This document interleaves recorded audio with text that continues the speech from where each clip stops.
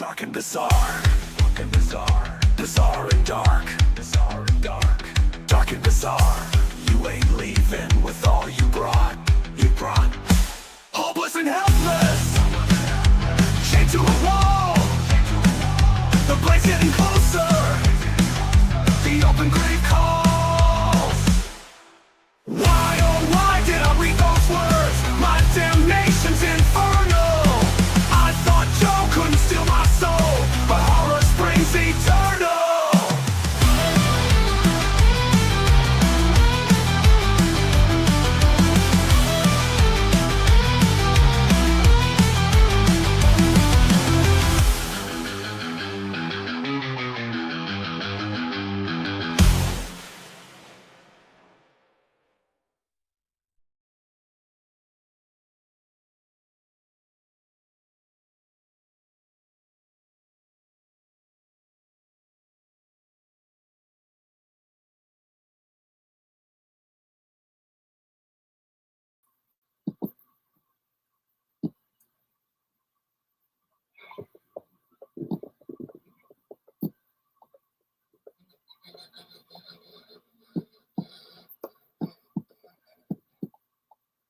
Gosh, look how blurry I am.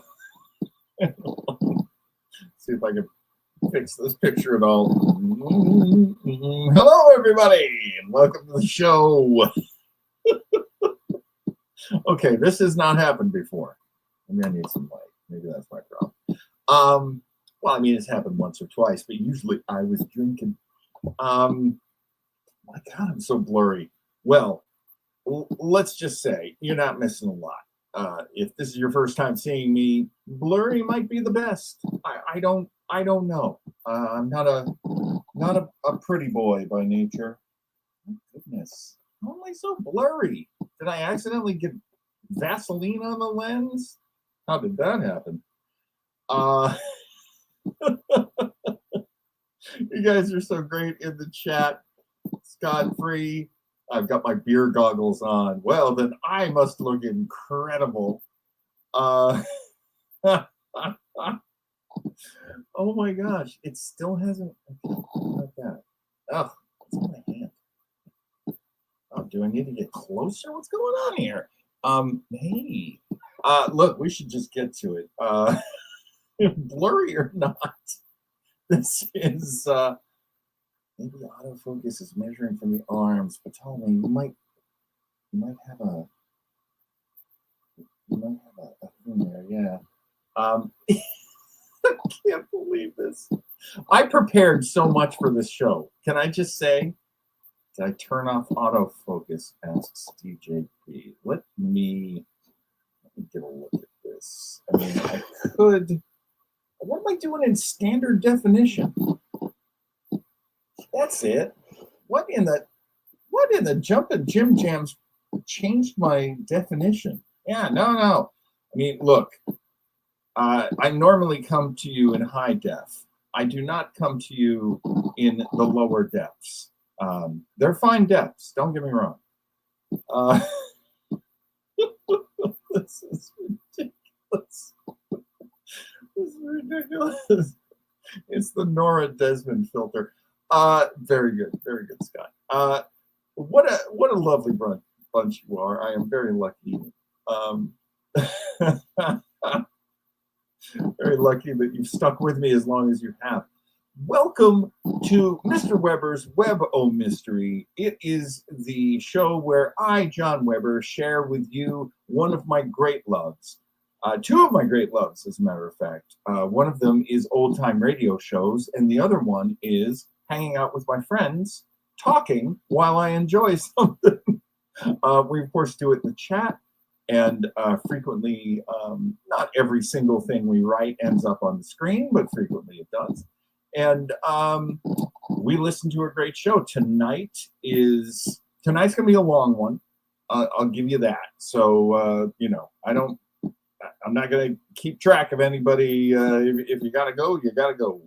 It's an hour-long show, and of course, I just make it a little bit longer.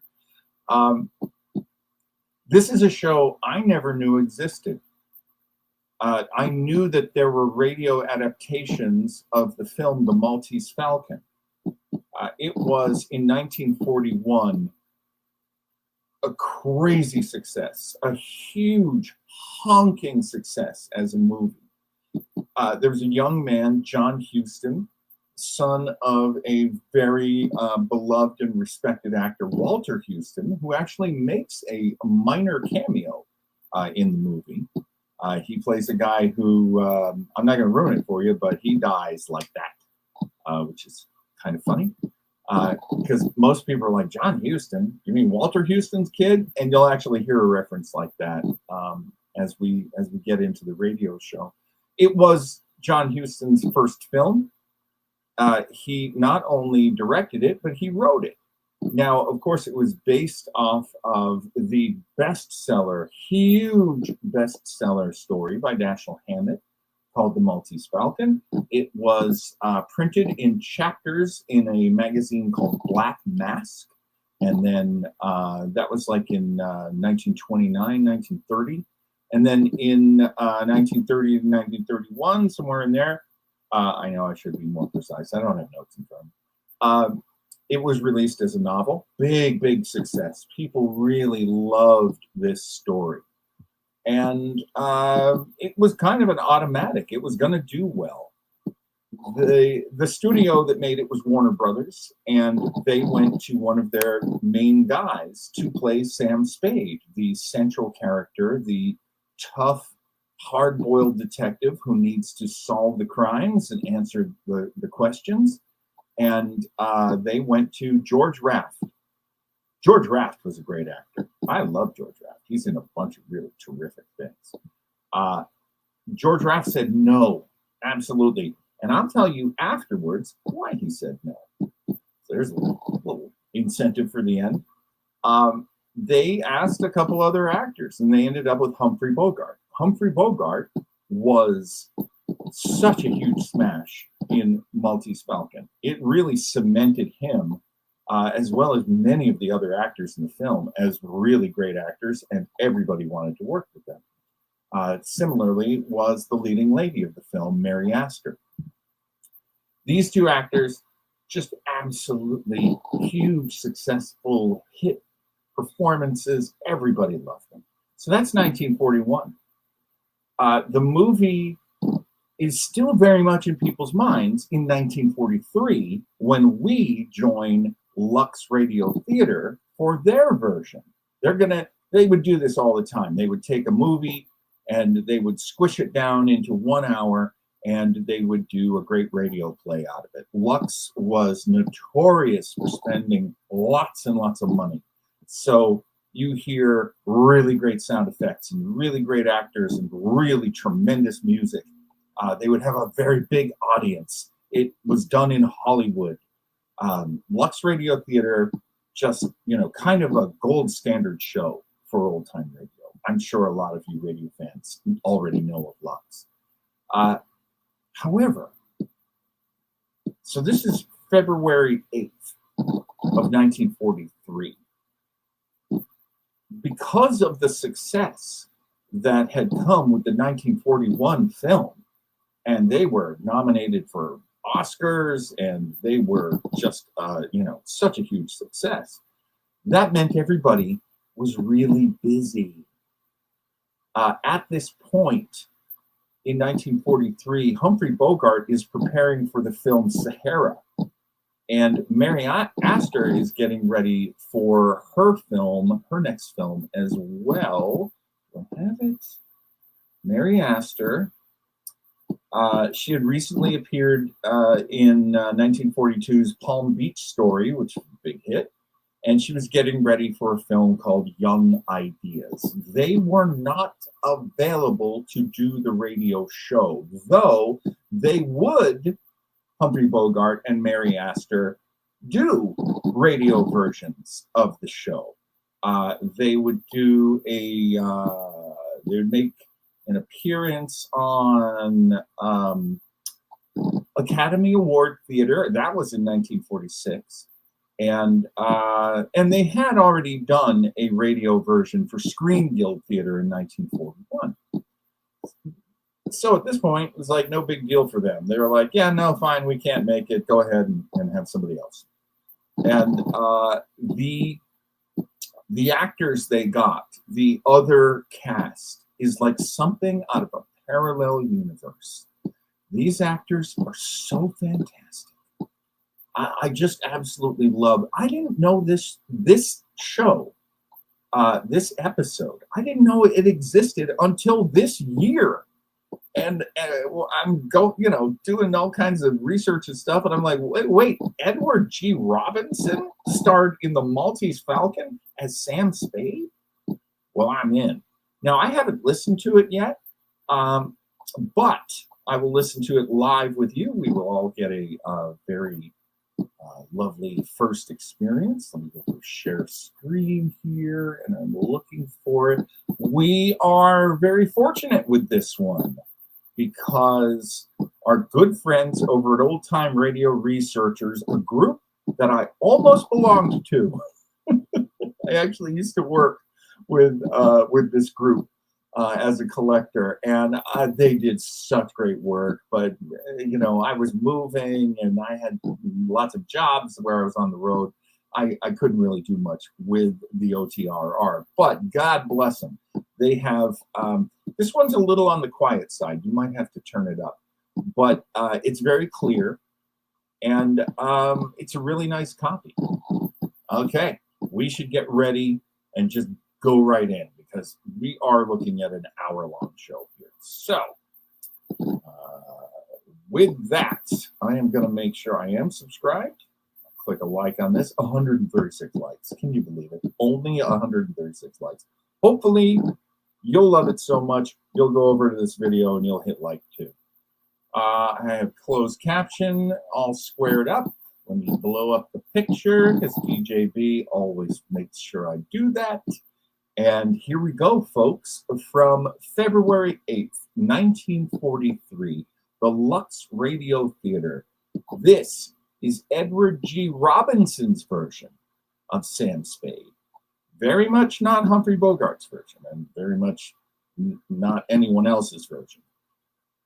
This is Edward G. Robinson, starring in the Maltese Falcon. Lux presents Hollywood.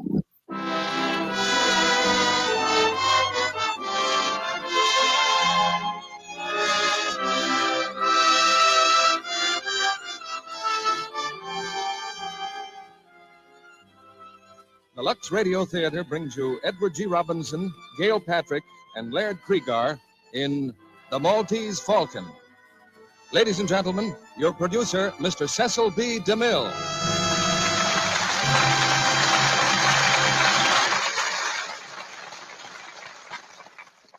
Greetings from Hollywood, ladies and gentlemen.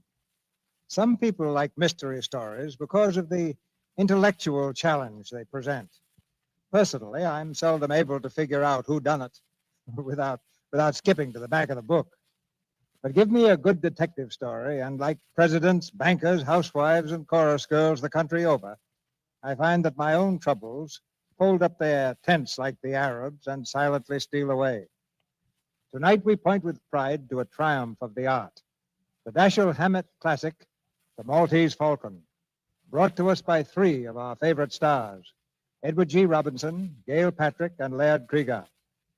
The Warner Brothers screenplay was masterfully written and directed by John Huston, who comes by his talent naturally because he's Walter Huston's son. For the next hour, we'll follow the eerie trail of this fabulous falcon, which is coveted by many people to their great ill fortune and to the great ill health of a few.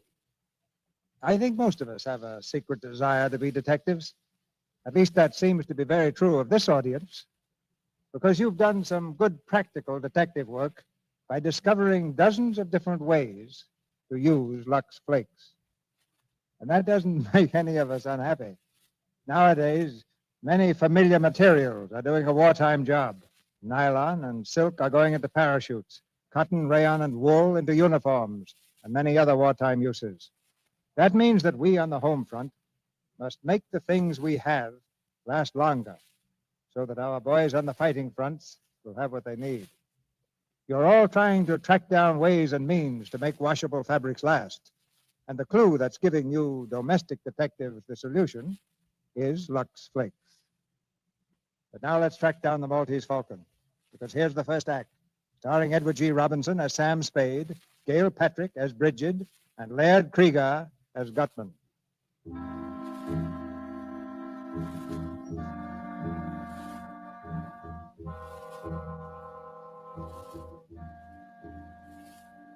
At 2 o'clock in the morning, the city of San Francisco lies sleeping under a blanket of fog. Along a lonely street, a man walks slowly, his footsteps ringing hollowly against the wet pavement. He passes a deserted alley and stops. The man turns and peers for a long time into the shadows. Suddenly, one of the shadows moves. The man stumbles backward. His hands reach out to shield his body.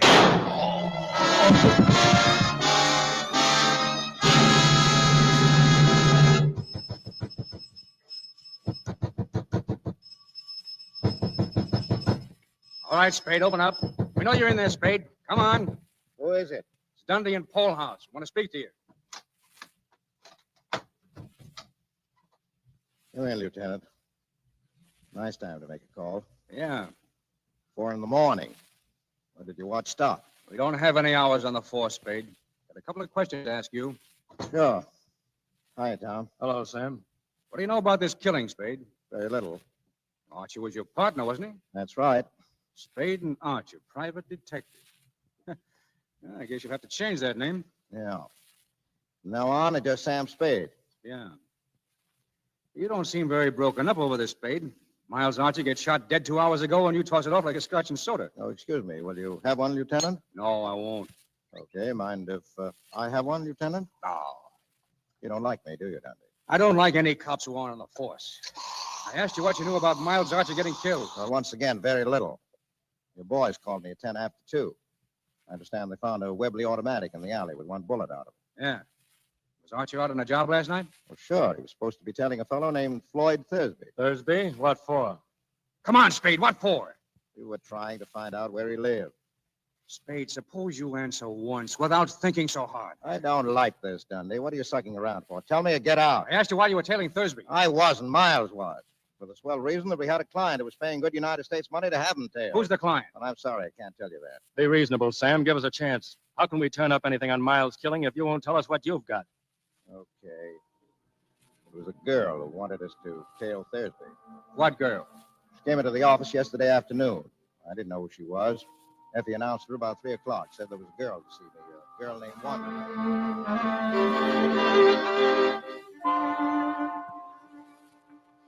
There's a girl to see you, Mr. Spade. She says her name's Wonderly.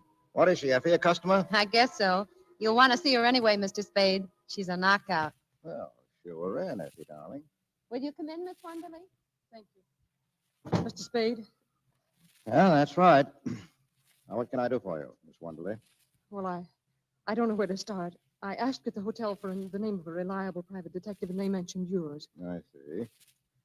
Well, I suppose you tell me about it from the very beginning. Well, I'm from New York. I've come here to find my sister. Mm-hmm. Well, are you sure she's in San Francisco? Well, she was 2 weeks ago. I had a letter from her. She came here with a man named Thursby, Floyd Thursby. You mean she ran away with him? Yes. Oh, Mr. Spade, I've got to find her. Mother and father in Honolulu, and it would kill them. I've got to get her back before they come home. Well, what did she say in the letter? Nothing, except that she was all right. I sent her a note begging her not to do anything foolish. I sent it to General Delivery. I told her I was coming out to get her. I shouldn't have done that, should I? Well, it's not always easy to know what to do. You haven't found her. No. No, I told her I'd be at the St. Mark for her to meet me there. But I've waited 3 whole days. She didn't come, didn't even send a message. Well, go on. Oh, it was horrible, waiting. But yesterday afternoon, I went to the post office. Corinne didn't come for her mail, but Floyd Thursby did. Well, did you speak to him? Yes. He wouldn't tell me where Corinne was, but he promised to bring her to the hotel this evening. Hi, Sam. Say, Oh, excuse me. Oh, it's all right. It's all right, Miles.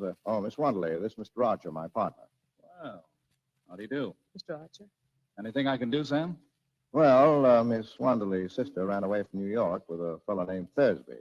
Miss Wonderly has seen Thursby and has a date with him tonight at the St. Mark. Maybe he'll bring the sister with him, but the chances are he won't. Miss Wonderly wants us to find the sister and get her away from him and back home, right? Yes. But I want you to know that he's a dangerous man. I don't think he'd stop at anything. I don't believe he'd hesitate to kill Corinne if he thought it would save him. But at what time is he coming to see you? Between 8 and 10. All right, Miss Wanderley, we'll have a man there. Oh, no, Sam, no. This is too important for that. I'll look after it myself, Miss Wanderley. Oh, thank you. Not at all. Oh, here, I've brought some money. Will $200 be enough? Well, to begin with, yes. Oh, by the way, it would help some if you would meet Thursby in the lobby. I will. You don't have to look for me, Miss Wanderley. I'll see you all right. Thank you. Goodbye. Goodbye. Bye, Miss Wanderley. See you tonight. Yes, goodbye. Well, Miles, what do you think of it? You saw her first, Sam, but I spoke first. I wasn't talking about a figure. What about a story? Huh? Oh, what about it? Well, you got a great brain, Miles. Yes, you have.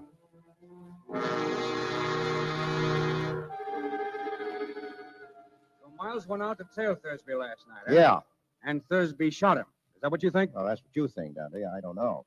Tom, get on the phone. Call the St. Mark and ask for a girl named Wonderly. I thought of that myself, Lieutenant. It was never registered. The whole story was probably a fake. Oh, was it? How about yours, Mr. Spade? Tom, what's your boyfriend getting at? I'll tell you what I'm getting at. Floyd Thursby was shot down in front of his hotel an hour ago. Take your paws off me. Easy, boss. Don't drop him up. Where were you tonight, Spade? I was right here all night long. You got any proof? No. So you think I shot Thursby, huh? Yeah, I think you did. Yeah, I know where I stand now. Did Thursby die? Yes. How did I kill him? I forget. He was shot 3 times in the back with a .44. Hotel people know anything about him? Nothing except he'd been there a week. Alone? Alone. Or did you find out who he was, what his game was? Nope. We thought you could tell us that. I've never seen Thursby, dead or alive. Now, look, Spade. If you did get Thursby, you'll get a square deal out of me and most of the breaks. I know that I blame you a lot, the man who killed your partner, but that wouldn't keep me from nailing you. Fair enough. But I'd feel better about it if you'd have a drink with me. No? No.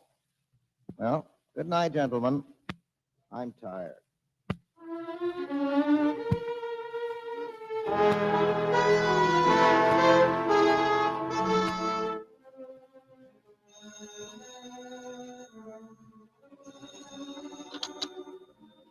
Hello. Yes? Oh, hello, Miss Wanderley. Where are you? Where? Coronet, apartment 101, huh? I'll be there in a few minutes. Oh, by the way, what's your name this morning? Miss LeBlanc. Okay, Miss LeBlanc.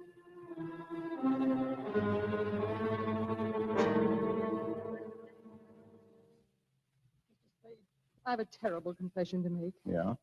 Well, go ahead, Miss LeBlanc. Well, that story I told you yesterday was all a story. Oh, that's all right. I didn't believe your story anyhow. I believed your $200.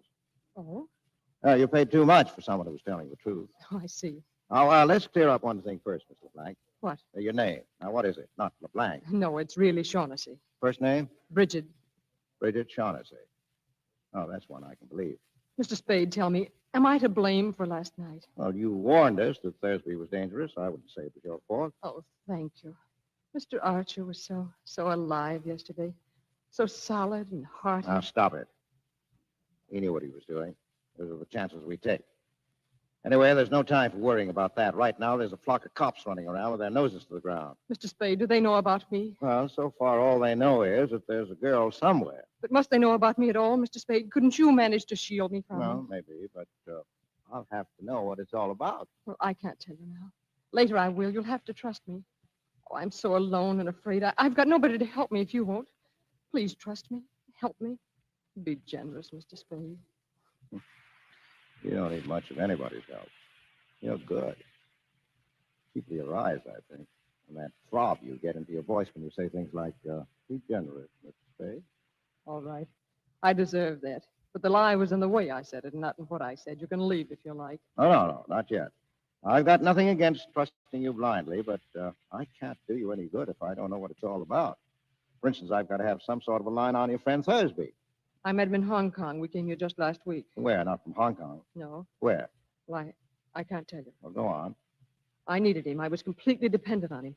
He knew it. He took advantage of it to double-cross me. How? I can't tell you that either. Well, why'd you want him shadowed? I wanted to learn how far he'd gone, whom he was meeting. Well, Yes, certainly. Thursby had a Luger in his shoulder holster. Archer wasn't killed with it. Floyd always carried an extra revolver in his overcoat pocket. So why all the guns? He lived by them. Playmate. All right, let's have it now. How about spot?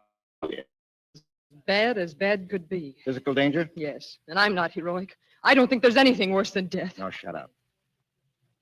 You mean someone who might kill you? Yes, and they'll get me unless you help. You've got to help. You hear? You've got to. I said shut up. All right, I'll help you. And they'll probably give it to me, too, huh? All right, so what? I guess I won't be the first guy who let a dame make a sucker out of him.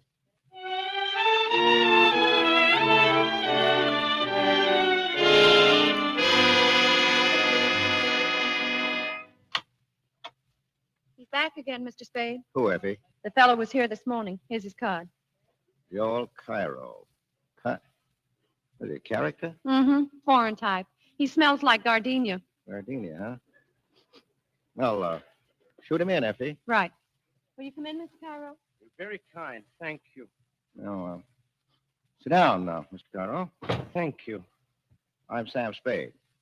Something I can do for you, Mr. Cairo? Yes, thank you. But first, may a stranger offer condolences for your partner's unfortunate death. Thank you. And may I ask, Mr. Spade, if there is a certain relationship between that and the death of the man Thursby? May I ask that? No? I beg your pardon.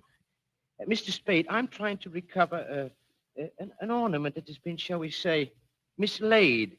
I thought and hoped you could assist me. Yeah? The ornament is a statuette, the black figure of a bird. Yeah? And I'm prepared to pay on behalf of the figure's rightful owner the sum of $5,000 for its recovery and, what is the phrase? No questions will be asked. Well, $5,000 is a lot of money. Come in. Is there anything else for me, Mr. Spade? Oh, no. Good night, Effie. And lock the door when you go, will you? Night. Yes, Mr. Cairo. $5,000 is a very... What do you think you're doing? I'm pointing a revolver at a spot directly between your eyes. You will please clasp your hands together at the back of your neck and do not move. I intend to search your office, and if you attempt to prevent me, I shall certainly shoot you. All right, go ahead. You will please stand. I shall make sure you are not armed. Certainly. All right, Mr. Cairo. Drop the gun, please. Drop it. Drop it, or do I twist your arm off at the elbow? You, here. Take it. Yeah. Thanks. Now sit down over there and behave yourself. You have bruised me, Mr. Spade. Well, I'm sorry. I guess I got a little annoyed. I don't like guys who make a phony offer of $5,000. You are mistaken, Mr. Spade. That was and is a genuine offer. Yeah? And I am prepared to pay $5,000 for the figure's return. You have the figure. No? Then why did you risk serious injury to prevent my searching for it? Well, I should sit around, let people come in and stick me up. So the offer still goes, huh? Most certainly. All right. Now let's put the cards on the table. Your first guess was that I had the bird. Now, there's nothing to that. Now, what's your second guess? That you know where it is, or at least that you know it is where you can get it. Well, you're not hiring me to do any murders or burglaries for you, but simply to get it back, if possible, in an honest, lawful way. If possible, and in any event with discretion. I'm at the Hotel Belvedere when you wish to communicate with me. Good evening, Mr. Spade. Hold on. Oh, wait. You know a girl named Wanderley? No, I do not. LeBlanc? No. Well, how about Bridget Shaughnessy? The Hotel Belvedere, Mr. Spade, room 655. Okay. Oh, by the way, may I have my revolver back, please? Oh, yeah, sure. I've forgotten it. Here you are. Thank you. Now, you will please keep your hands behind your head. I still intend to search your office. Well, I'll be. All right, go ahead. Thank you.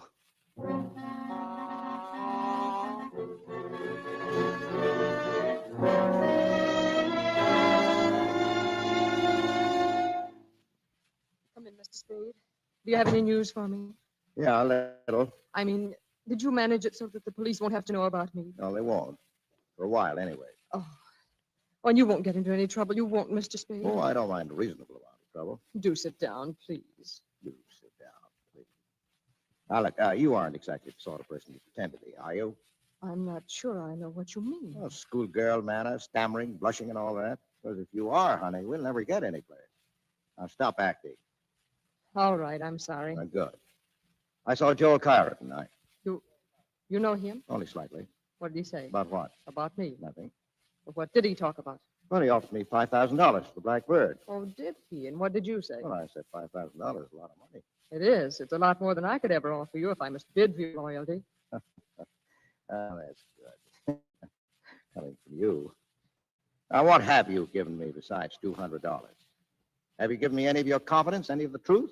Can't you trust me a little longer? Well, how much is a little? What are you waiting for? Well, I must talk to Joel Cairo. Well, you can see him tonight. He can't come here. I can't let him know where I am. I'm afraid. Well, my place then. What about All right. Your place. it? Good. But wait. You'll have to let me go about this in my own way. You mustn't interfere. Well, I'll just sit and listen while you talk over old time. You're a strange person. I like you. Yeah? Well, don't overdo it.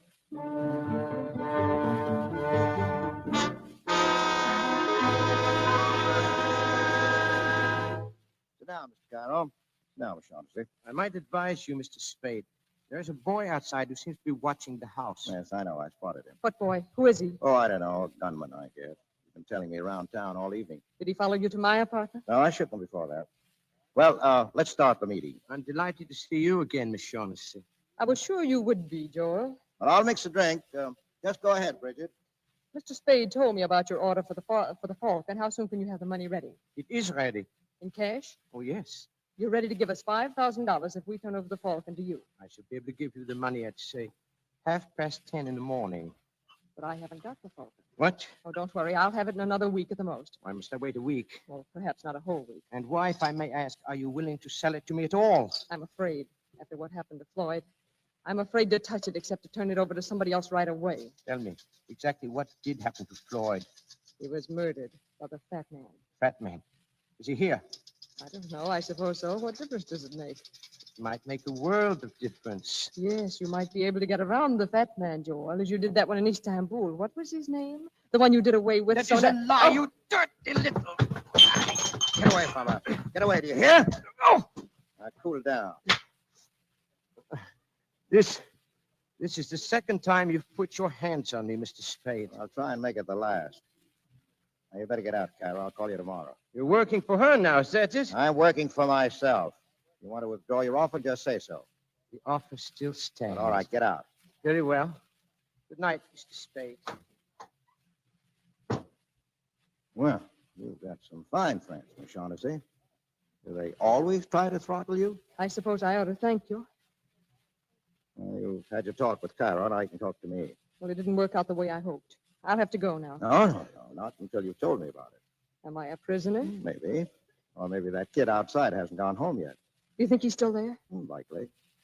I'll stay for a while anyhow. Okay. Now, what's this bird, this falcon that everybody's all steamed up about? It's a black figure of a bird, a hawk or a falcon, about a foot high. Well, what makes it so important? I don't know. They wouldn't tell me. But they promised me $5,000 if I helped them get it from the man who had it. That was in Istanbul. Yes, Well, go ahead. that's all. They promised me the money to help them, and I did. And then we found out that Joel Cairo meant to desert us, taking the Falcon with him and leaving Floyd and me nothing. So we did exactly that to Mr. Cairo. But then I wasn't any better off than before because Floyd hadn't any intention of keeping his promise to me about sharing equally. I learned that by the time we got here. What's the bird made of? Porcelain or black stone, I don't know. You're a liar. What?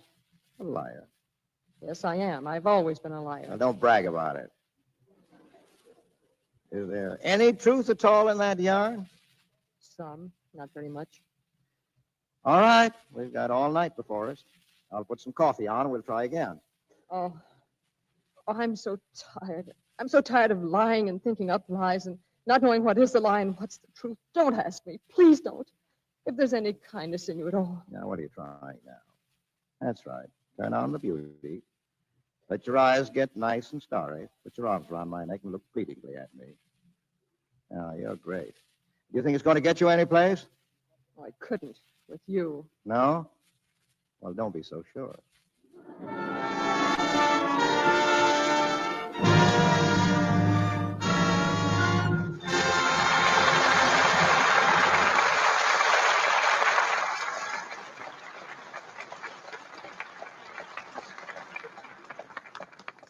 we'll hear Act Two of The Maltese Falcon, starring Edward G. Robinson, Gail Patrick, and Laird Cregar, in just a moment. Meantime, I have exciting news for you.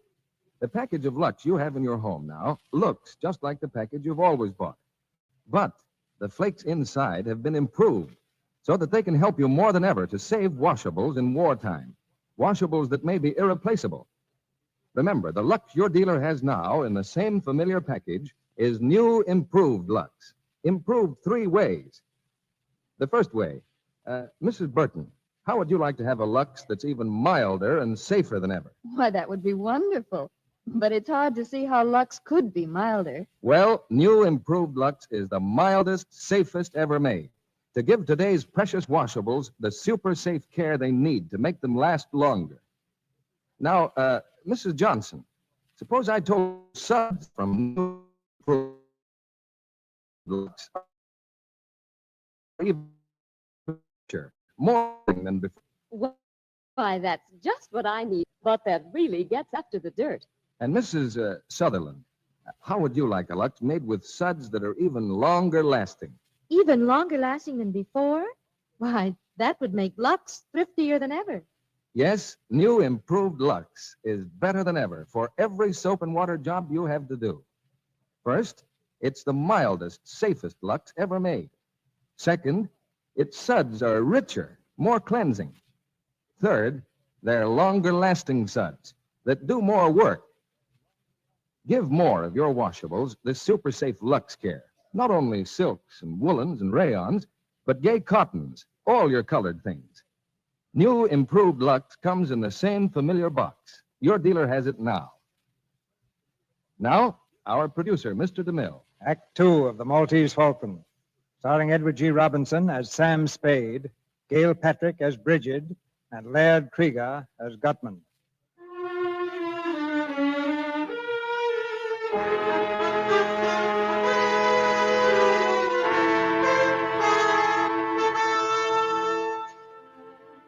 On the trail of the Black Falcon, Sam Spade has followed nothing but blind alleys. But now a call comes from his secretary. He was here twice, Mr. Spade. He wouldn't leave his name, though. No place I can reach him? He said something about the Hotel Barclay. Well, what did he look like, Effie? Can you describe him? That's easy enough. A big fellow, about 270 pounds. Yeah? The fat man.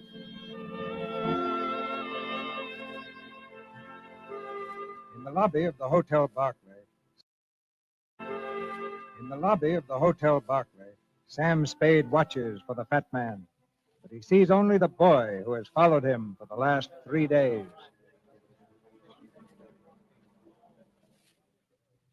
All right, son. Where is he? What? Come on, where is he? You work for him, don't you? Who? A fat man. I want to speak to him.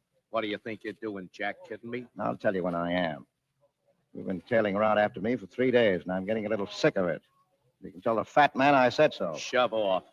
You'll have to talk to me before you're through, Sonny, and so will he. I said shove Well, you off. can take your hand out of your pocket. Guns don't scare me much. Keep asking for it, and you're going to get it. Plenty. People lose their teeth talking like that. If you want to hang around, be polite. I tell the fat man to call me and leave his name.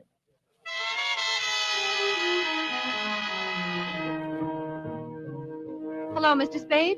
Mr. Gutman called. He says the boy gave him the message. Room 407, the Barclay, this afternoon at 3.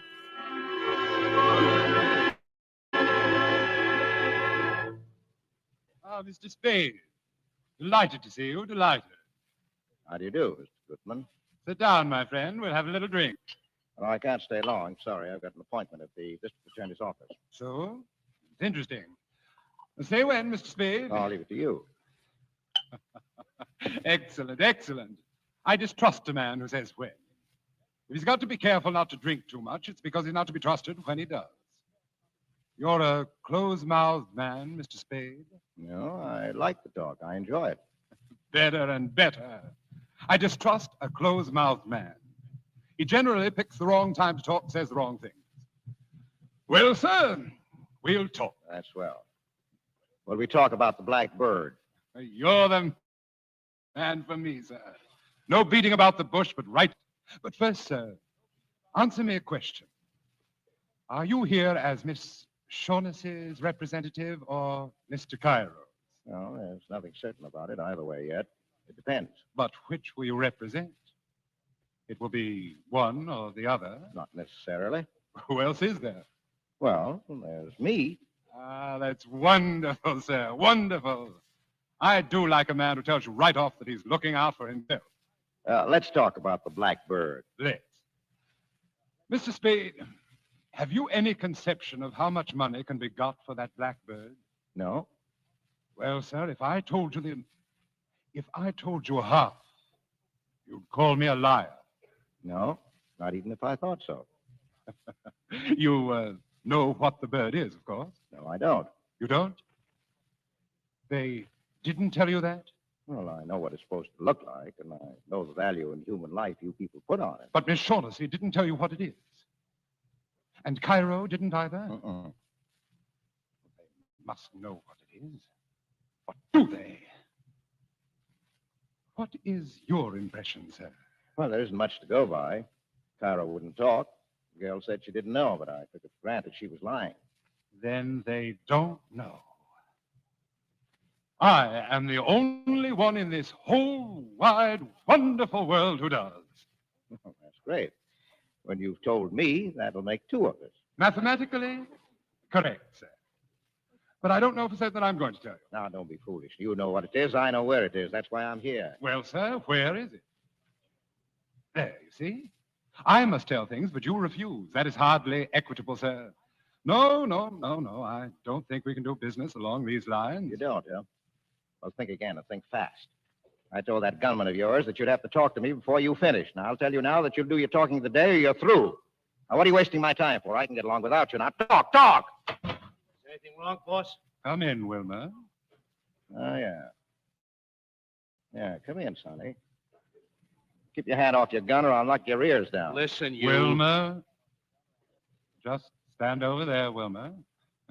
Excitable young man, Mr. Spade. Well, make up your mind, Gutman. While you're doing it, keep that gunsel away from me. I'll kill him. Mr. Spade, I must say you've a most violent temper. I'll think it over.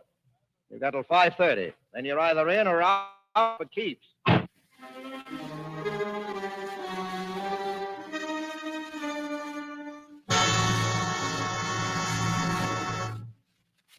look, Mr. Spade. Well, my guess might be excellent or it might be crummy, but Mrs. Spade didn't raise any children dippy enough to make guesses in front of a district attorney and a stenographer. Mr. Spade, I wish you wouldn't regard this as a formal inquiry. And please don't think I have any belief in those theories that police seem to form. You see, they think you killed Thursday. Yeah? Well, what's your theory? Simple. Tell me who Archie was shadowing Thursday for, and I'll tell you the murder. Oh, that's where you're wrong. Whether or not I'm wrong isn't for you to judge. I'm a sworn officer of the law, Mr. Spade. My duty I is... thought this was an informal talk. It is, Well, then but listen. The police think I'm mixed up in those killings. Well, my best chance of clearing myself is to bring in the murderers all tied up. My only chance of ever tying them up is by keeping away from you and the cops, because you'd only gum up the work. Now, just a minute. And Mr. I don't Spade, want any more of these informal talks. If you want to see me again, pinch me or subpoena me or something, and I'll come down with my lawyer. See you at the inquest.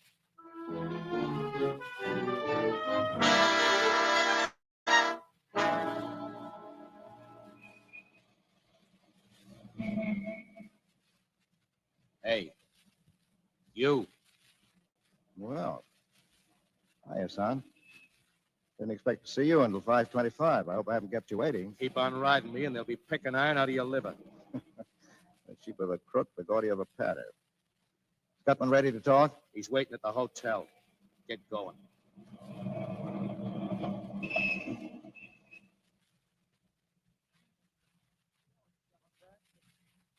Oh, they're on their way up now? Thank you. Oh, hello, operator. I don't want to receive any calls for about an hour. Yes, thank you. Come on, get in, Sonny. Mr. Spade. Here, Gutman. Here's your gunman's six-shooter. Well, what's this? I took it away from him. I was afraid he might hurt himself. I'll get you, Spade. Someday I'll let you have it right in the face. Come where on, it'll do get you. out of here. Wait outside, Wilmer. By gad, sir, you're a chap worth knowing. An amazing character. Here, I've mixed a drink for you. Thanks. Oh, by the way, I owe you an apology. Oh, never mind that. Never mind. Let's talk about the bird. All right, sir, let's. Mr. Spade, this is going to be the most astounding thing you ever heard. Yeah? What do you know, sir, about the Knights of Rhodes? Nothing. Well, they were crusaders, Mr. Spade. In 1539, these crusading knights persuaded the Emperor Charles V to give them the island of Malta. Yeah? He made but one condition. They were to pay him each year the tribute of a falcon in acknowledgement that Malta was still under Spain. You follow me? Yeah, so far. Good. Well, sir, the knights were profoundly grateful to the Emperor for his generosity toward them. Mhm. The very first year, they sent him not an insignificant live bird, but a glorious golden falcon, encrusted from head to foot with the finest jewels in their coffers. Well, sir, what do you think of that? I don't know. These are facts, historical facts. They sent this jeweled bird to Charles, who was then in Spain, but it never reached Spain. The famous admiral of buccaneers took the knight's galley and the bird. In 1713, it turned up in Sicily. In 1840, it appeared in Paris. Oh. It had, by that time, acquired a coat of black enamel so that it looked like nothing more than a fairly interesting black statuette. Then in 1922, a Greek dealer named Chareos found it and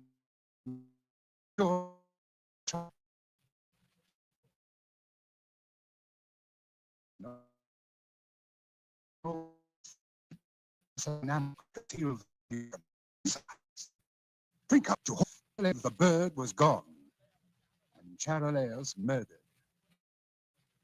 That was over 20 years ago. Well, sir, it took me 20 years to locate that bird, but I did. I traced it to the home of a Russian general, one Kemidov, in Istanbul. I sent some agents to get it. Well, sir, they got it, and I haven't got it. Where's Kemidov? Oh, Kemidov? He died. Very sudden. Yes. His heart. And was there a knife in it or a bullet? Your glass, sir? Thank you. Now, before we start to talk prices, how soon are you willing to produce the falcon? A couple of days. Now, that's quite satisfactory. Well, sir, here's to a fair bargain. Break up. Well, what's your idea of a fair bargain? $25,000 when you deliver the falcon to me, and another $25,000 later on, or I'll give you 1/4 of what I realize on the falcon. That would amount to a vastly greater sum. Well, how much greater? Who knows? Shall I say 100,000? That would be the minimum. And what's the maximum? What would you say to $250,000? Well, then you think the thing is worth $1 million, huh? At least. Well, that's a lot of dough. A lot of dough.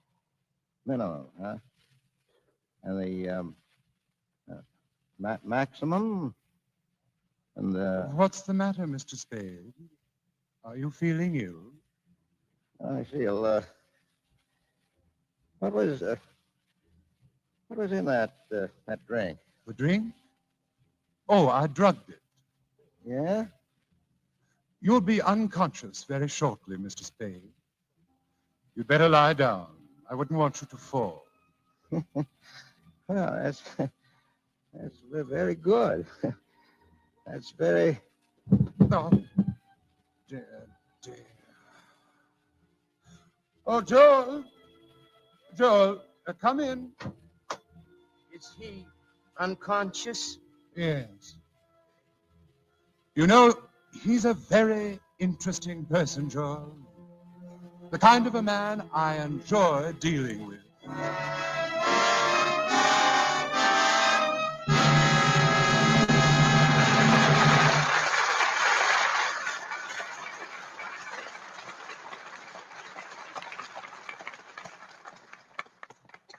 We pause now for station identification. This is the Columbia Broadcasting System.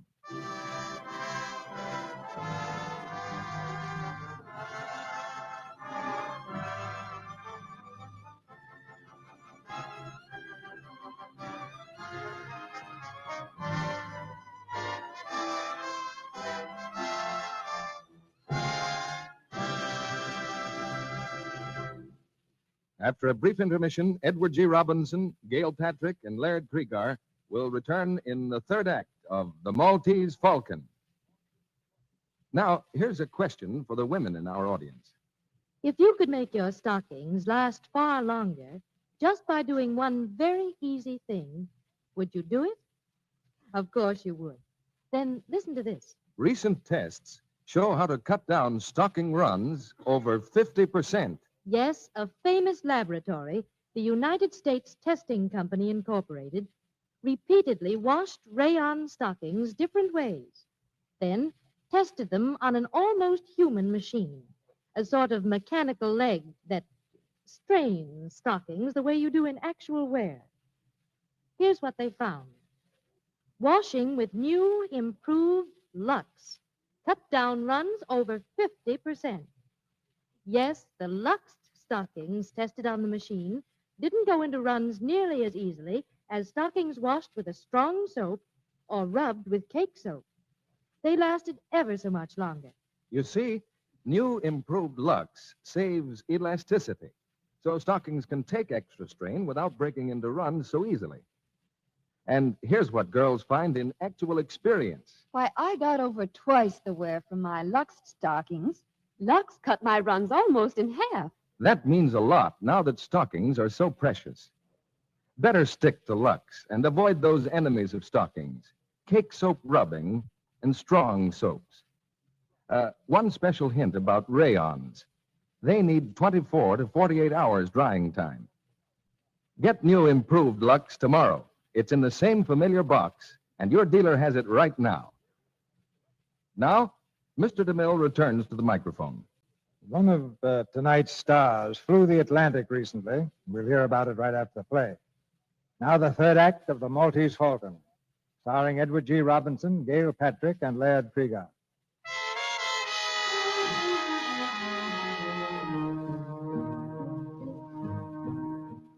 When Sam Spade woke up, he was alone in the hotel room. Pale and still shaking from the effects of the drug, he's gone to his office, where Effie stares at him in alarm. Mr. Spade, what happened to you? I wouldn't know. I went visiting this afternoon with red knockout drops and came to just a little while ago, all spread out on a man's floor. Who did it? A fat man. But why? Didn't have a chance to ask. Evidently he wanted to get me out of the way for something. But I don't get it. You... Hello? Yes? What? I can't hear you. Who is it? Give it to me again. Yes, I've got that. Captain who? Jacoby? Yes, Hello? Hello? She's gone. Who's gone? Who? It was the Shaughnessy girl. She wants you. Here's the address. 26 Ancho Street. She's in some kind of trouble, Mr. Spade. She was telling me something about a captain, a ship captain named Jacoby. And then something happened to her. What happened? I don't know. Like she was being choked. Listen, is that the outside door? I'll see. Yes? What do you... Oh! Mr. Spade. Who is it, Effie? I don't know. It's... Mr. Spade. Yes? This package. For you. You told me. For you. What's the matter with you? For you. Mr. Spade! Mr. Spade! Shut up. Lock the door. Yes. Yeah. Give me the scissors from the desk, will you? I want to see what's in this package. Here. Is he dead? Got about 4 slugs in him, that's all. Oh. Come on, pull yourself together. Well, I'm all right. Well, now we'll see. Here, this is what I think it is. Yeah? Yeah. What is it? You've got it, Angel. We've got it. The Maltese Falcon. The Falcon? Look at it. The Blackbird. $1 million under a coat of enamel. She sent him with it. That's what he tried to tell us. He must be Captain Jacoby. Now, listen, I've got to get to her. As soon as I'm down, phone the police. Tell them how it happened. That Spaghetti brought a bundle. Here, get it straight now. Yes. I'll leave the bird in the safe. When I call you, bring it to that Ancho Street address. Got it? Yeah. And after you bring it to me, go out and call Dundee. Tell him to come on the run with about 6 cops. No mistakes, Effie. I may need them.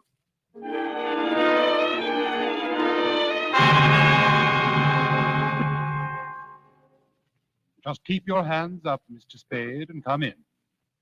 Wilma, shut the door. Well, sir, we're all here, waiting for you. Now let's sit down, Mr. Spade, and be comfortable.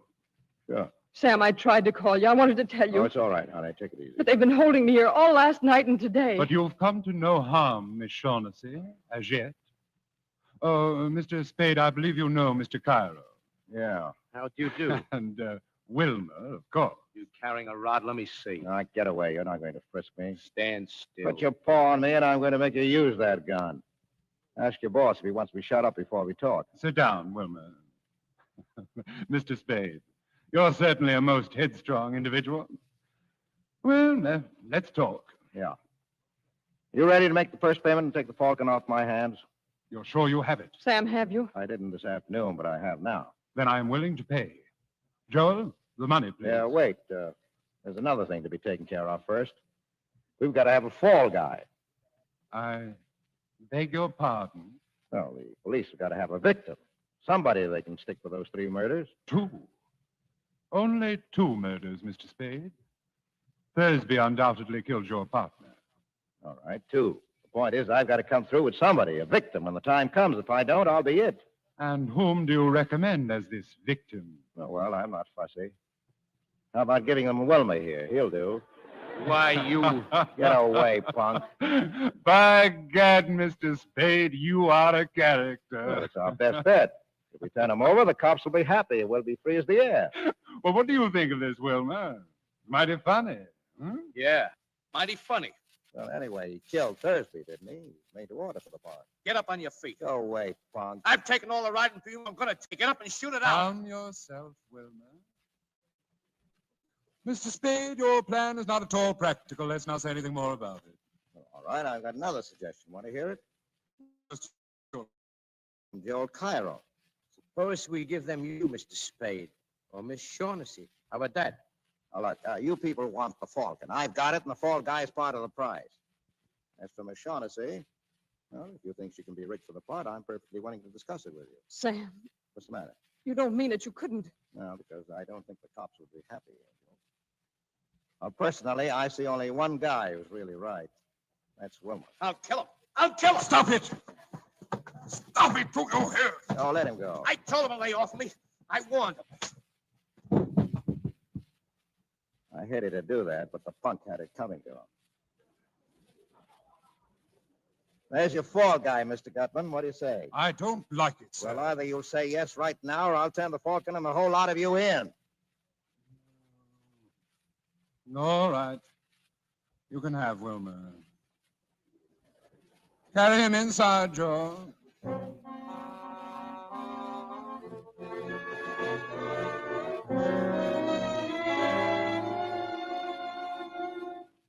My secretary left an hour ago with the Falcon. She ought to be here in a few minutes. What about the money, Gutman? In a few minutes. When she gets here. Good enough. Now, let's get the details fixed. Now, why did Wilma kill Thursby, and why and where did he shoot Captain Jacoby? Well,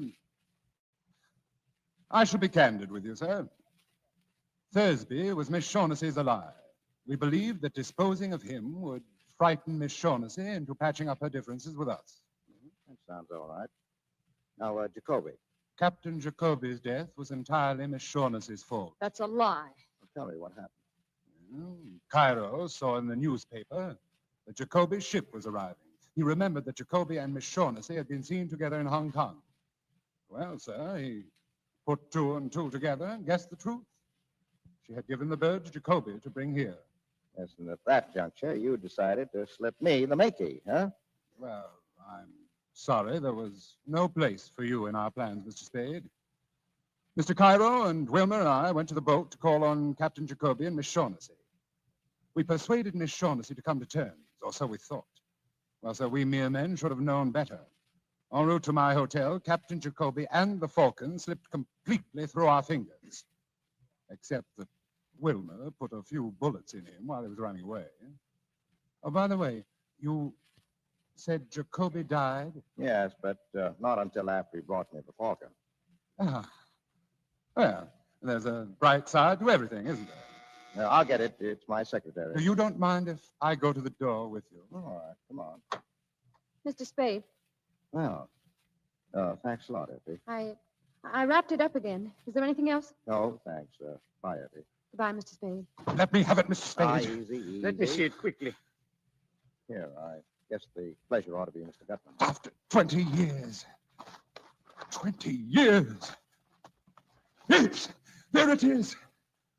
There you are, beauty. Is it the Falcon, the original? We will make sure. Your knife, Joel. Here. There you. Just a tiny cut in the enamel, and underneath we find... Gutman, what's the matter? It's a fake! It's lead! It's a fake! But it can't be. All right, Shaughnessy, you've had your little joke. Now tell us about it. But no, Sam, no. That's the one I got from Kemidorf, I swear. You bungled it, Gutman. You and your stupid attempt to buy it. Kemidorf caught on how valuable it was. He put a fake in its place. Yes, that is Kemidorf's hand. There's no doubt of it. Well, Joel, what do you suggest? Shall we stand here and shed tears and call each other names? Or shall we go to Istanbul? Istanbul? You are still going to look for the Falcon? For 20 years I have wanted that little item and have been trying to get it.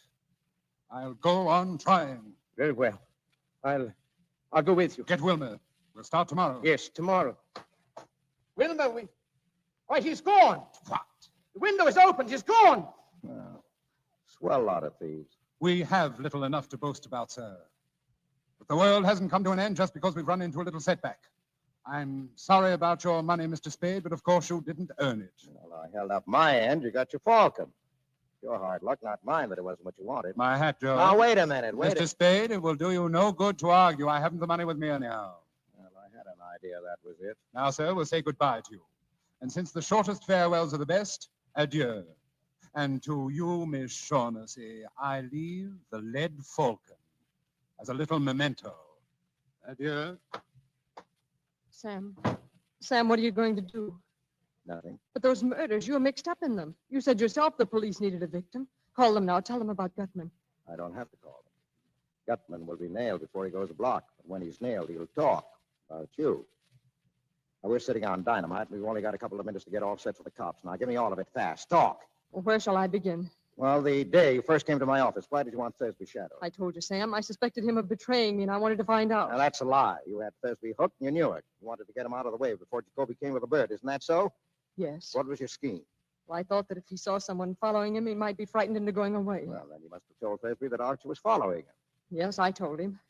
But please believe me, Sam. I wouldn't have told him if I'd thought Thursby would kill him. Well, if you thought he wouldn't kill Archie, you were right, Angel. Didn't he? No. Archie had been a cop too long to be caught like that, up a blind alley with his gun tucked away in his hip and his overcoat buttoned. But he would have gone up there with you, Angel. He was just dumb enough for that. Sam! And then you could have stood as close to him as you liked in the dark and put a hole through him with a gun you'd gotten from Thursby that night. Don't talk to me like that, Sam. You know I didn't. Oh, shut up. This isn't the spot for the schoolgirl act. Why did you shoot him? No, I didn't mean to at first. I didn't really, but when I saw that Thursby couldn't be frightened, Sam, darling. Go on. When you found that Thursby didn't mean to tackle Archie, you borrowed the gun and did it yourself, right? Yes. You didn't know then that Gutman was here hunting for you until you heard Thursby had been shot. And then you knew you needed another protector, so you came back to me. Yes, but Sam, it wasn't only that. I would have come back to you sooner or later. From the very first minute I saw you, I knew that Oh, you angel. Well, if you get a good break, you'll be out of San Quentin in 20 years, and you can come back to me then. What? Oh, no, you're not going to... I'm going to send you over. Oh, no, don't, Sam. Don't say that. You're taking the fall, darling. You're doing this to me.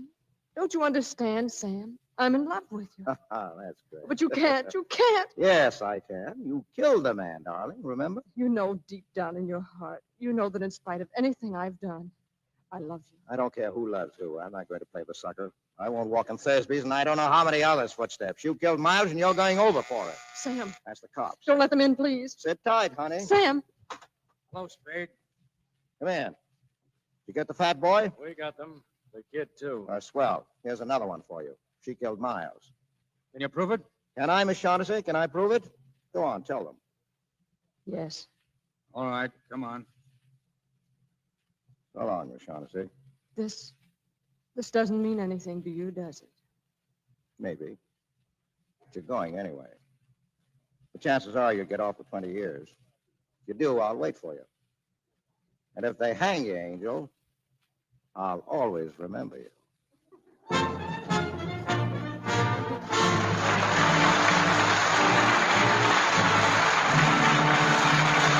stars will return to the microphone in just a moment.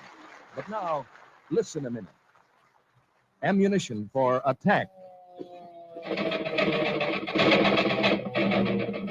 Shells for defense against the enemy. Our boys must have these things to win the war, and you may be unknowingly throwing away material needed to help them win. Waste fats and greases from your kitchen contain glycerin, one of the things that goes into the making of explosives. No amount is too small to save. Think of it this way. One man doesn't make an army, yet together, millions of individual Americans make up the finest army in the world. If every American housewife turns in 1 pound of waste household fats a month, together, that will make 540 million pounds of smokeless powder a year. Now, here's what our government asks us to do. Strain waste fats and greases into a can, any clean, smooth-edged can. Don't use glass or paper containers because they break or leak. The cans you use will be salvaged later. Keep the can in a cool place, and when it's full, take it to your local meat dealer. He'll pay you cash for each pound of fat. Try to do this early in the week when he's not so busy as weekends. Remember, only waste fats and oils are wanted, not anything you can use or reuse yourself. Every bit is precious. Save it carefully. Within 21 days of the time you turn it in to your butcher, it will be on its way to send your message to the Axis. Now, here's Mr. DeMille. Next week's play asks a very vital question. So vital, I'm taking it to the man on the street for an answer before I introduce our stars. The question, are husbands necessary? Now, here's a man who's just come in from the street. What do you think, sir? Are husbands necessary? My wife says yes. My draft board says no. Me, I just do what they tell me. Now let's see what this young lady has to say. In your opinion, miss, are husbands necessary? Are you kidding? Well, that's the way it goes. Nobody agrees. But we'll go into that matter later, because the big news has to do with George Burns and Gracie Allen. Tonight, the Maltese Falcon had its share of thrills. But in recent weeks, Edward G. Robinson has been on the road to adventure in real life. We'll get the inside story now as he and Gail Patrick and Laird Krieger come back for a curtain call. It must have been pretty exciting crossing the Atlantic in wartime, Eddie. Well, we went over by plane, Gail, and as we approached the other side, it was nip and tuck there for a few minutes. I wasn't sure whether I'd make it or not. Nazi planes go after you? No, we were playing bridge, and I made the bid doubled and redoubled. Did you fly back too, Eddie? I came back on a ship, Laird. I was sure I got a chance to see a submarine, but nothing happened. The word must have gone out that Little Caesar was aboard. Now, don't kid about that, C.B. Purely because of Little Caesar, I received a great distinction. The fellows made me an honorary member of the gun crew. So seriously, Eddie, in entertaining our soldiers in England, how did you find them? Are they cheerful? Cheerful and determined, C.B. As for the English people, nothing seems to bother them. They've had rationing so long, it isn't a topic of conversation now. That great clock, Big Ben, was symbolic of the whole country to me. Every time it strikes, it seems to be saying, it's later than you think, Adolf Hitler. I suppose you did some broadcasting yourself while you were there, Eddie. Well, one afternoon, I broadcast 6 messages to the continent in French, Spanish, Romanian, German, Danish, and Italian. What, no Greek? Well, I'm working on Russian at the moment. I want to be able to say thank you to all the Russians I meet from now on. You've had many successes on the screen, but in years to come, I think you will value most the success you achieved in this job for your country. Well, thank you, C.B. What are you doing here next week? Well, that's when the big question comes up again, Eddie. Because next week, our play is the Paramount comedy hit, Are Husbands Necessary? And in it, we'll present those eminent thespians, George Burns and Gracie Allen. In the play, George works in a bank and Gracie is secretly trying to help his career. So tune in next Monday night and get Gracie Allen's answer to that burning question, are husbands necessary? Oh, sounds like a lot of fun, CB. Good night. Good night. Good night. Good night. And don't miss George and Gracie.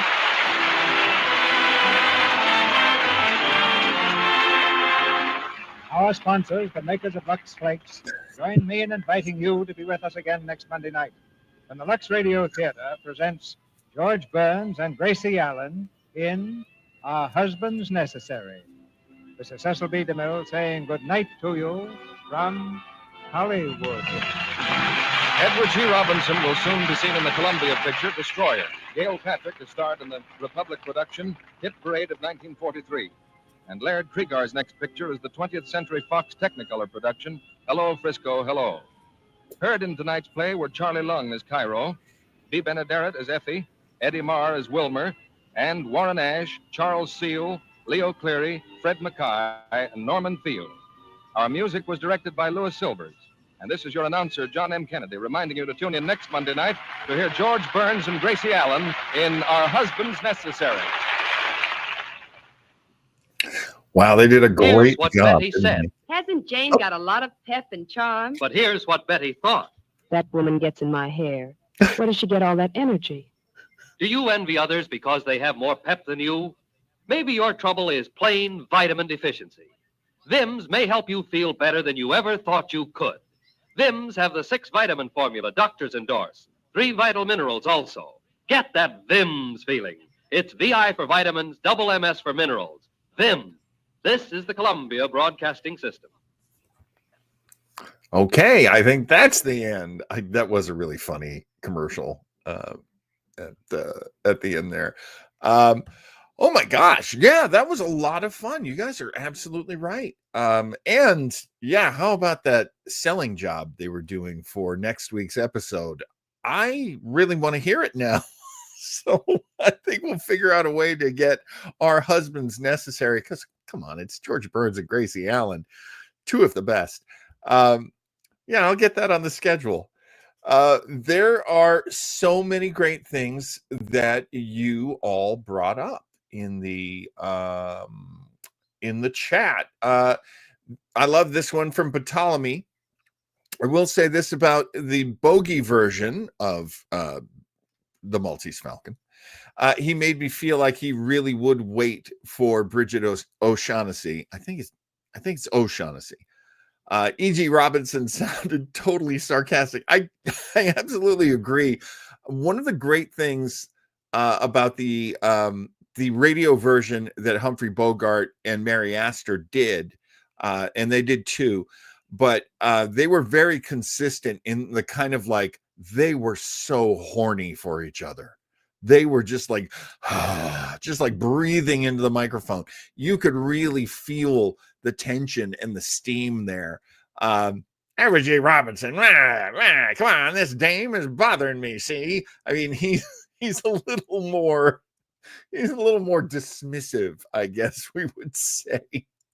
Love this line from Raphael C.B. DeMille as a shill. Cecil B. DeMille was only on this show to just read the introductions. He didn't direct anything. He was just a reader and a name.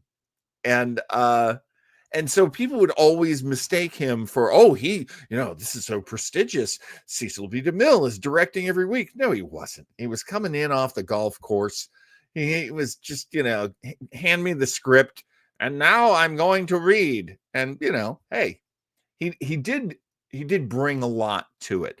I totally missed this. Ptolemy found it. Yeah, it was Bea Benaderet playing Effie. I'm totally missed that. Wow. That's great. 1943. A fairly young Bea Benaderet. Raphael dug this up for us. Gail Patrick, who played Bridget O'Shaughnessy, that's how I know her name, went on to executive produce TV's Perry Mason. Awesome. It's so cool. The vitamin supplement Vim, DJB says, now 98% alcohol by content. which made Ptolemy think of Vita Vita Benjamin. Oh, yeah. Yeah. Horny Bogey. I mean, he was able to do a lot on a microphone. I do have to, yes, that's absolutely right, Chris. DeMille was there for a check. I do have to go with, oh God, I forgot what I was going to say. I do have to go with some of the earlier things that you guys were saying. You're just absolutely nailing it out there.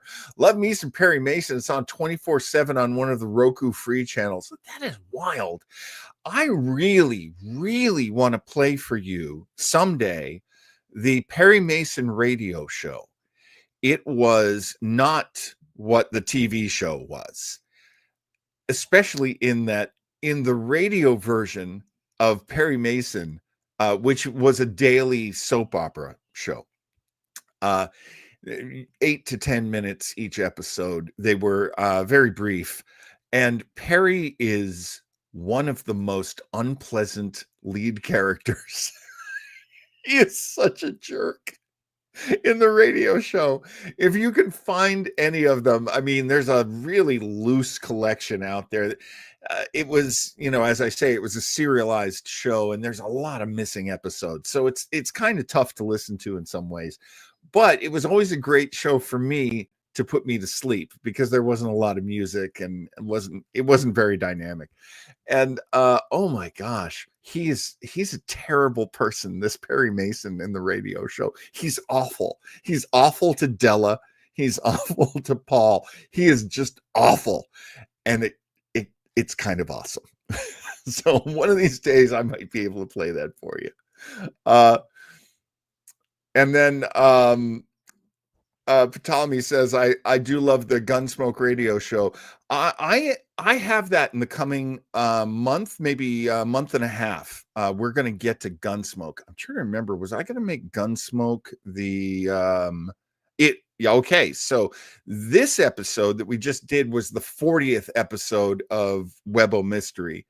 For the 50th episode, I'm going to play you not only an episode of Gunsmoke, but, and have you ever heard of this, old time radio fans and friends who are not OTR fans? They used to record, the rehearsals for Gunsmoke. And I believe it was a Saturday rehearsal, and they would just kind of do a stumble through, and it would always end up being incredibly dirty. It was filthy. They would do all kinds of stuff. It wouldn't make it to air. It never should have been recorded. And there was a collection many, many years ago that some of my fellow collectors might have run into called Too Hot for Radio. It was so good.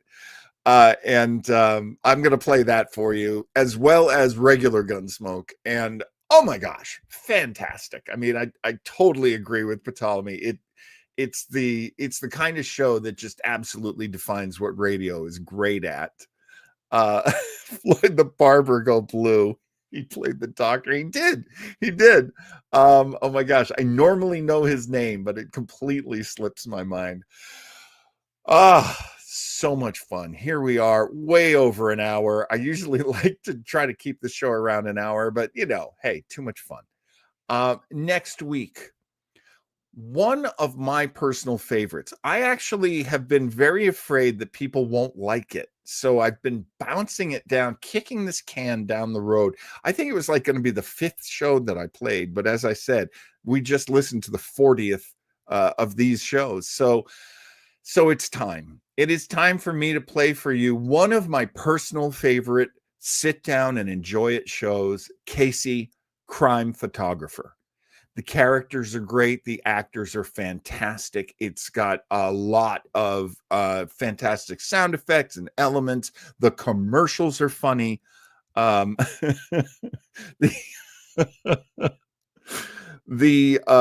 sponsor that I'll be digging up for you. I think they had more than one sponsor through the years, but the episodes I know all have Anchor Hawking Glass as the sponsor. And it is It's terrible. The commercials are terrible. So that'd be a lot of fun. Oh yeah, thank you, Raphael. Raphael is so great at coming up with the answers that no one else has. Howard McNear played Floyd the Barber, but he also played the Doc on Gunsmoke. And on Gunsmoke, he was a very serious character. So you could really hear Howard McNear really like doing some work. Oh, Ptolemy, where did I put it?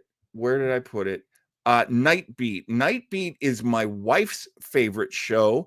In 5 weeks, we're going to be listening to Night Beat. Night Beat. Oh, what a fantastic show that was.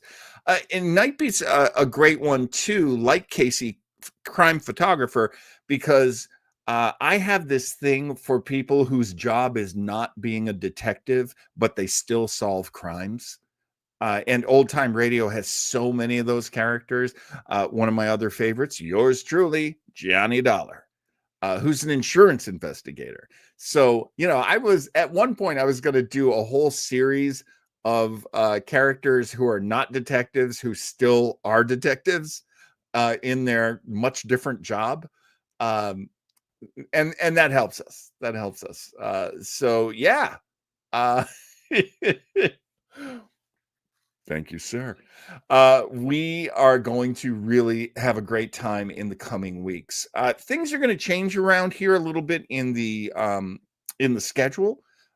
Tuesday nights are Thursday nights are going to be different in a few weeks, and I'll let you know how that change is going to happen. And oh yeah. No, yes, actually, Ptolemy says, I can't think of her name, but there was a female detective out of San Francisco that was quite good as well. And this is Raphael. I know that that was like a mistype because it's Candy Matson. But yes, let me get her written down on my notes. I don't think I have scheduled Candy Matson yet, but I love Candy Matson in the great tradition of the San Francisco detectives genre. She is a fantastic addition to that. And let's see. Did Raphael post the answer before I left the question? He did. He's that good. He also loves Candy Matson and has suggested it before. You know something, Scott? I don't know if you missed it, but we did Mr. Keen, Tracer of Lost Persons, a few weeks back. And I did play Mr. Trace keener than the average person, or keener than most persons, I think is what they say, from Bob and Ray. I have not played a lot of Bob and Ray. I love to, but copyrights being what they are, I try to stay away from the shows that go, whoa, wait a minute. And I like to stick to the shows that let us, get away with all of our naughty rascally enough.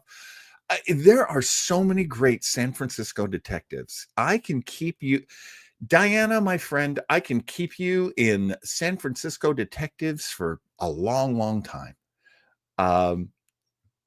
A San Francisco film editor who solves crimes from editing videos. DJB, think about it.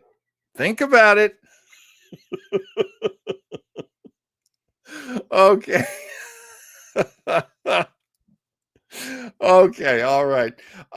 Say, do you know that our friend Christopher Bach is an author? He sure is. I'm sorry, I wanted to say certainly, but I started to say sure. He certainly is.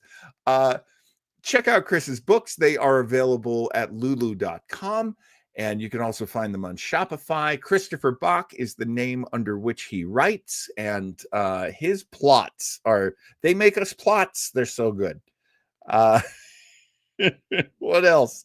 Coming up this weekend, we are going to do one of our live watch parties from Retro Rangers Reactions. Me and Joe Townsell, who couldn't make it tonight because he was off doing some friends and family stuff. We're going to watch, I don't know if most people even remember that this existed, but I remembered that it existed, and this is sort of how I purge it from my memory. Popeye Meets the Man Who Hated Laughter. There was a show on Saturday mornings on ABC. It was called the Saturday Superstar Movie. A lot of like pilot episodes that didn't turn out to be things. A lot of sort of like, after school special kind of cartoons. Those sorts of things ended up on this show. The, oh gosh, is it King's Features? There was a syndicate. There was a comic strip syndicate. And they published Blondie and Dagwood and Popeye and The Phantom and Smilin' Jack and Steve Canyon and Beetle Bailey. There are Cats and Jammer Kids. There are so many characters that show up in this cartoon special. And it would really be a shame to not do it. So we're going to be doing a King's Features. There we go. Thank you, Scott. Yeah,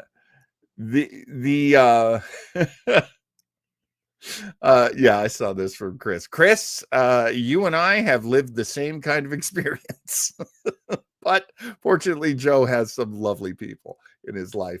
And for you radio hounds, we're going to do another feature on this. There was a character on radio who was called the Comics Weekly Man. And so Comics Weekly was, I think, from the Hearst papers, correct me if I'm wrong. And it was a big deal. The funny pages were a very, very big deal back in the day. So they would do a radio show where the Comics Weekly Man would read to you what happened that week. So you as a little kid could sit there with the funnies and he would tell you what was going on because you were too young to read. It's adorable. It's a very funny show too. Anyone ever noticed that Hagar the Horrible reincarnated as Sergeant Beetle Bailey? I did not know that. DJB's got to run. Hey, thanks for the hour and a half you gave us, Diana. Thank you so much. We'll see you. We'll see you next week. And Ptolemy says, didn't Roosevelt read the funnies in front of the fireplace on radio? Yeah, I remember hearing about that. That was just one of those sweet things that people could do. Oh my God, Raphael. Didn't they release a recent live action Popeye film in a horror vein? Yeah, that seems to be the thing that as things become public domain, that is what they do. They push them. There was a Winnie the Pooh horror movie. Ugh. Anyway, one thing that I didn't realize, actually very apropos to tonight's show, is that the Maltese Falcon this year joined the public domain, not because of the novel, but because of the serialized stories from Black Mask magazine.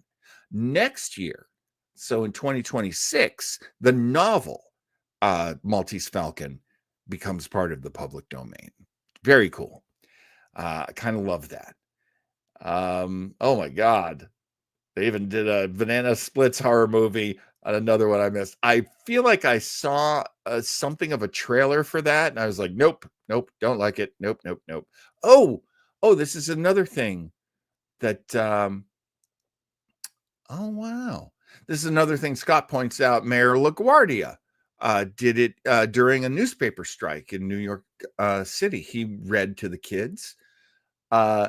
Chris Rulebox says Chuck McCann read the comics on Sunday in New York as the characters.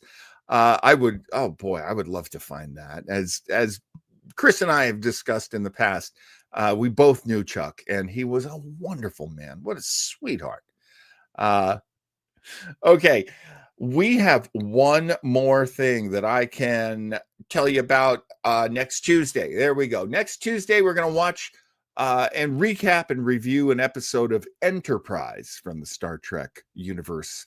And our good friend Eric Kramer should be with us this week. He's wrapping up work on a film this week. He, of course, cannot tell us much about it, but I will tell you it was a really cool gig, what he told me of it. So yeah, we'll be watching a very foundational episode of Enterprise. It is where we first get to see Jeffrey Combs playing his character of Shran. And it's a fun episode. Fun? It's an interesting episode. I really liked it. So I got a feeling you guys are going to like it as well. And that will do it. I have a... okay. All right. I was saving this. Capital, sir. Quite capital indeed. You're a man who likes talking to a man who likes talking to a man, and I'm a man who appreciates that kind of man. There. Sidney Greenstreet. I hope that wasn't too obnoxious. Thank you so much for joining me, guys. An hour and a half with you is 5 minutes. It just flies by. So, this is my Mr. Rogers moment where I thank you for being a friend, and thank you so much for joining us, Ptolemy. I hope you come back. We've got a we've got a good thing going on, and we really enjoy it. And as things. That's very funny, Raphael. As things develop here for our summer, I hope you'll stick with us and you can join us when you can. Of course, go out and enjoy the world, but we always love to hang out with you and listen to some old time radio as well. Oh my gosh, video, are you going to happen or what? Oh, thanks for the love of the lampshade. Yeah, I know, I appreciate that. The wife got me that on Etsy. God bless. Okay, my computer has actually been dying during the show, so I got to go figure out what I'm going to do with that. But thanks everybody, and we'll see you next week.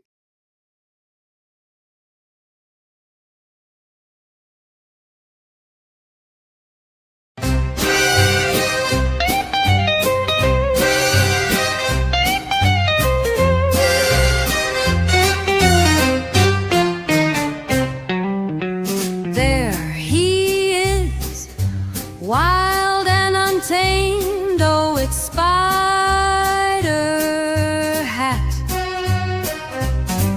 Beware his kiss, his pleasures unnamed. Yes, it's Spider Hat. Sitting so pretty, way up on John's head. One move of his big spider arms, and brother, you're dead. Oh, Spider Hat, yes, it's Spider Hat. You can't escape his wrath. You're on his evil path. He's on you, his name